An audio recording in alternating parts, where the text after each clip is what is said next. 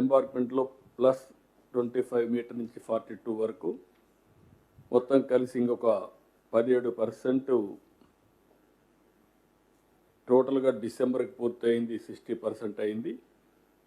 ఇప్పుడు మళ్ళీ క్యుములేటివ్గా మొత్తం కలిసి 1.41 అంటే 17%.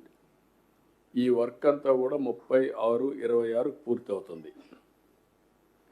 బ్యాలెన్స్ క్వాలిటీ అంతా కూడా ఈ వర్క్ అంతా అప్పటికు నెక్స్ట్ ఈ సంవత్సరమే జూన్కి అంతా పూర్తి అవుతుంది. రెండోది ఎస్సీఆర్ఎఫ్ డ్యామ్ గ్యాప్ 2. ఇది కూడా మనం చూస్తే ఇంక కావాల్సినంత కూడా నెక్స్ట్ ఇయర్ 36/27 పెట్టారు. కాదు, మేమేమన్నామంటే 33/27 పూర్తి అయిపోవాలి. ఇన్ ఆల్ ఆస్పెక్ట్స్ మార్చికి పూర్తి అయ్యేట్టుగా పెట్టుకుంటున్నాం. Rehabilitation, R&R, land acquisition, land to land, everything every month program పెట్టుకొని నెక్స్ట్ ఇయర్ 12 monthsలో పూర్తి చేయాలని ఒక టార్గెట్ ఇచ్చాం కలెక్టర్స్కి.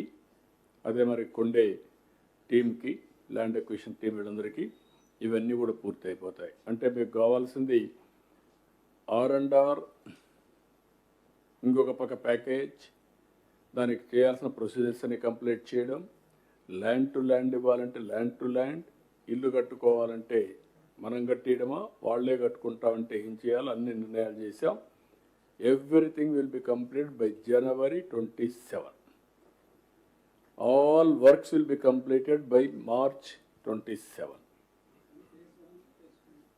Phase 1 ఇవన్నీ మనం 41.15. ఆ తర్వాత ఏం చేయాలి, Phase 2కి వెళ్తాం. మెయిన్ వ్యాల్యూ ఏం చేయాలని వర్కౌట్ చేస్తాం. కానీ ఈరోజు Phase 1 మనం పూర్తి చేసుకుంటే ఆపరేషనలైజ్ అవుతుంది. ముందు దీనికి ల్యాండ్ ఎక్విజిషన్ ఇవన్నీ కూడా కంప్లీట్ చేసుకుంటే కనీసం 119 TMC నీళ్లు మనం ఇంపౌండ్ చేసుకోవచ్చు.